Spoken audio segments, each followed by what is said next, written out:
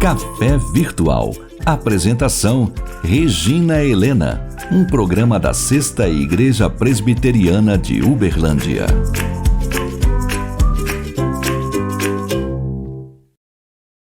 Olá, seja muito bem-vindo ao Café Virtual. E hoje eu gostaria de refletir com você sobre o tema decoração. É interessante, né, quando a gente pensa no nosso corpo. O nosso corpo é uma caixinha fechada, né? É uma caixinha onde contém os seus órgãos, seus pensamentos. Ele conta a sua história, conta o tanto que você come, o tanto que você deixa de comer, não é verdade? Ele tem as marcas de cicatrizes, de tudo que você tem passado. E isso é muito interessante, porque quando a gente pensa que ele responde ao nosso comando, né? Se a gente se move, se a gente senta, se a gente come, é porque ele está respondendo aos nossos comandos. E ele faz com que a gente desfrute de muitos prazeres. A gente tem a visão, tem a audição, tem o tato, tem o paladar, né? Tantos prazeres importantes para a nossa vida. E agora, então, acaba sendo grande a nossa responsabilidade. Porque o nosso destino vai depender de como que nós cuidamos do nosso corpo. Não só o corpo exterior, mas também o corpo interior. Olha só, nós temos que o pecado, ele afeta diretamente o nosso corpo. Ele faz com que os nossos ossos envelheçam. A gente sente falta de paz. Isso aí às vezes está gastrite, está problema de coração. Então, a nossa responsabilidade de cuidar dessa caixinha aqui que é nossa, não só do ponto de vista da manutenção dela, né, das suas engrenagens, como também daquilo que está dentro de nós, né, dentro de nós.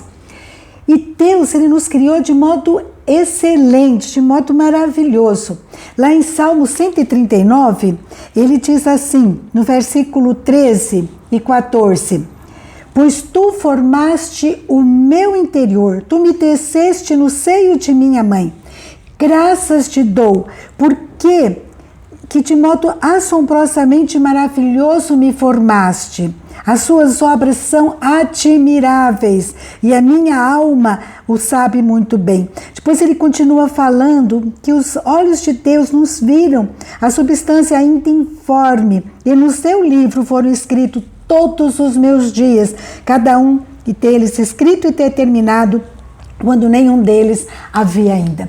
Então, olha só, Deus nos criou, matou sorte certo, encontrou o óvulo certo, e Deus desde então, muito antes, né, da eternidade, Ele já sabia, Ele já nos conhecia, e Ele vai tratando conosco, né? E então a gente deve pensar o que Deus valoriza com relação a esse corpo. E é interessante porque lá em 1 Pedro fala isso, o que Deus dá valor. Em 1 Pedro 3, 3 e 4 diz assim, não seja o adorno da esposa o que é exterior, como o frisado de cabelos, adereços de ouro, aparato de vestuário.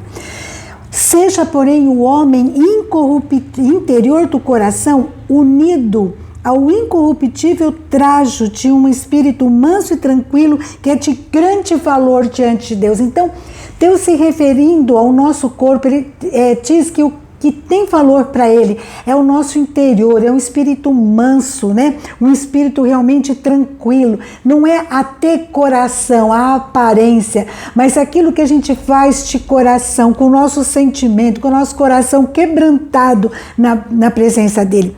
Porque o que é a decoração, né, a aparência, ela estraga com o tempo. Agora, a beleza interior, ela permanece. A exterior, ela é passageira, ela é enganosa. Mas hoje, na nossa cultura, né, que vai totalmente contra isso, o que muitas vezes nós temos valorizado é o culto ao corpo. Nós temos visto que a sociedade tem valorizado mais a forma do que o conteúdo, mais a aparência externa, a decoração, né, externa do que a essência. Eu estava lendo que em 1892, o pessoal falava assim, quando passava o ano, né? Eu prometo que no próximo ano eu vou pensar antes de falar, eu prometo que eu vou ajudar mais os outros, que eu vou ser mais sábio, né, nas minhas decisões. Hoje, né, quando a gente pensa quais são as nossas decisões para o próximo ano, muitas vezes a gente se pega, eu quero perder peso, eu quero comprar roupas novas, eu quero arrumar meu cabelo, fazer um novo corte. A gente pensa no exterior. E é uma neurose coletiva, né? Qualquer almoço que você vai, o pessoal já começa a falar de dieta, de caloria, de plástica. E com razão, porque o Brasil é o segundo país do mundo, né, em maior quantidade de plásticas, né, cirurgias plásticas, e também um uso alarmante de anabolizante para aumentar a musculatura. Isso vai gerando angústia, depressão, insegurança, né? Nós temos muitos relatos de transtornos alimentares, bulimia, anorexia, dietas malucas que são feitas, né? De privações que detona fígado, detona o rim. E a gente fica pensando, existe corpo perfeito, corpo ideal, né? A gente vê, inclusive, artistas padecendo de anorexia, né? Mulheres maravilhosas, lindas, né? Fisicamente, externamente. Mas existe corpo perfeito, ideal? Não, não existe, porque se existir, tem prazo de validade muito curta. Mas a Bíblia nos fala, né? Qual que é a melhor cirurgia plástica? A Bíblia nos fala lá em Provérbios 15, 13, que um coração alegre deixa o rosto formoso. Eita, cirurgia plástica boa, né? Que não tem, é indolor. É você ter o coração alegre, que reflete um coração realmente que tem paz, tem tranquilidade no Senhor. Isso aí vai deixar o teu corpo formoso. Você já viu alguma pessoa que, se você analisar bem a fisionomia dela, o rosto dela, né, não é bonito, mas ela é uma simpatia. Quando ela chega, né, é aquela alegria, torna o ambiente mais alegre, mais feliz. Que coisa boa, não é verdade? Como a gente precisa pensar nisso, né? Lá em Efésios diz que nós somos feitura de Deus, e feitura significa obra-prima, poema de Deus, e ele explica por quê. Para boas obras em Cristo Jesus, preparados em Cristo Jesus. Quando eu penso, né, num coração alegre, feliz, que traz alegria ao ambiente, eu penso também que nós somos feitura de Deus para boas obras, para dar aquele abraço gostoso, né, para quem está sofrendo, oferecer um ombro amigo, uma palavra de consolo para quem sofre. Isso aí é ser feitura de Deus para as boas obras, ajudar o outro de alguma forma. Lá em 1 Coríntios, capítulo 6, versículo 19 e 20, diz para mim e para você: por que um coração alegre, né, deixa o rosto formoso? Por que nós somos feituras de Deus? Aqui diz que é porque nós somos templo do Espírito Santo, né? Santuário do Espírito Santo. Então aqui diz assim: acaso não sabeis que o vosso corpo é santuário do Espírito Santo, que está em vós, o qual tendes da parte de Deus, e que não sois de vós mesmo? É Deus morando em nós, que nos dá alegria, nos dá mudança do nosso jeito de fazer as coisas, né? Porque fostes comprado por preço. Que preço tremendo, preço enorme, né? A morte de Jesus Cristo. Agora, pois, glorificar a Deus no vosso corpo. Então aqui está dizendo, olha, o teu corpo é templo do Espírito Santo. Você tem que glorificar a Deus por meio do que você faz, por onde você anda, por onde você se mexe, né? E você tem que glorificar a Deus. E eu estava me lembrando da história de Sansão. Sansão, ele foi resultado de uma promessa de Deus para os seus pais. E ele nasce e diz que o Espírito Santo habitava Sansão desde o ventre da sua mãe. E ele nasce com um privilégio muito grande, com uma força descomunal. Ninguém podia com Sansão. Ele nasce também com uma missão de libertar o seu povo das garras dos filisteus. E a gente vê então que Sansão ele era um privilegiado, mas ele acabou pastecendo, porque ele se envolveu com tanta coisa, com tantas mulheres, né? E às vezes quando nós nos omitimos, ou a gente peca, decisões erradas, né? O nosso corpo sofre. Lá em Juízes 16, 20, fala que Sansão, ele foi acarrado pelos filisteus, né? E ele tá aí, ele desperta do sono e vê que ele está sendo cercado e que ele vai ser preso pelos filisteus. Mas ele pega, eu vou sair daqui, né? Como das outras vezes, eu vou me libertar.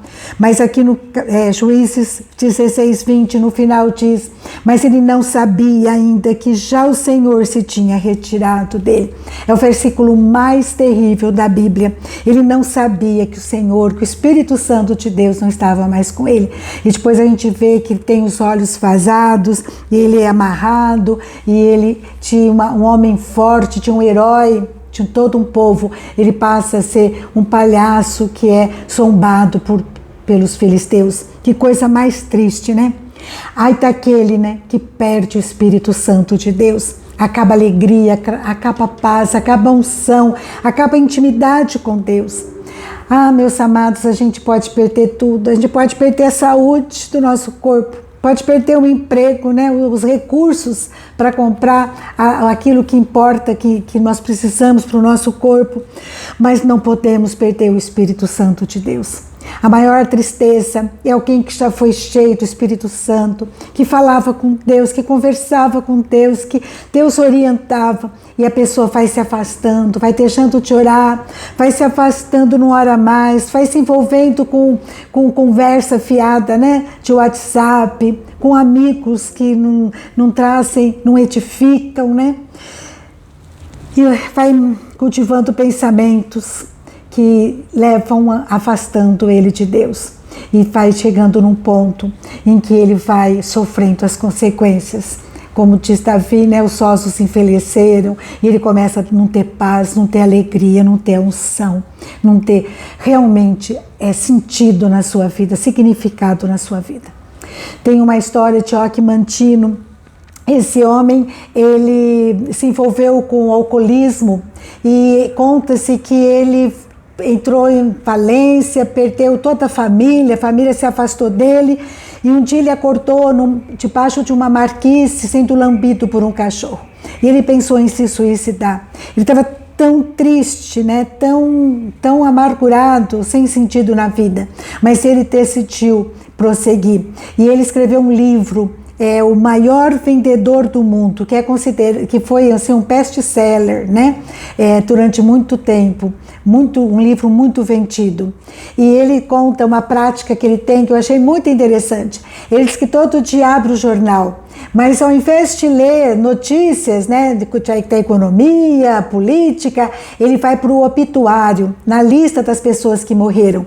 E ele lê uma por uma, e ele fala, meu nome não está aqui, eu não estou aqui, e muitos que estão aqui gostariam de estar no meu lugar, de ter a oportunidade de prosseguir, de fazer diferente. E é isso que eu vou fazer hoje, vou ter um dia diferente.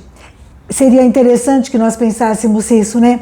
Cada dia uma oportunidade de transformação, de tratar, de cuidar do nosso corpo físico, mas especialmente tratar do nosso corpo espiritual, do nosso relacionamento com Deus, de termos um coração quebrantado, sensível à vontade de Deus, um coração que agrada a Ele, um coração como diz Pedro, um coração manso, tranquilo, um coração que pratica o bem, que leva a gente a uma doçura, uma leveza que só Deus pode oferecer, que só o Espírito Santo de Deus que habita em nós pode nos ajudar a ter.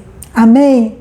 E que então eu e você possamos, né, obedecer aquela ordem lá que está em Coríntios, 1 Coríntios 10, 31, quer comais, quer bebais, ou façais outra qualquer coisa, fazei tudo para a glória de Deus. Que Deus seja louvado por meio do meu corpo físico e pelo meu corpo interior, por meio do Espírito Santo que habita em mim, eu possa adorar, possa louvar a Deus e possa me submeter a Ele para ter uma vida que realmente vale a pena, uma vida significativa. Amém? Um grande abraço para você e até a próxima, se Deus quiser.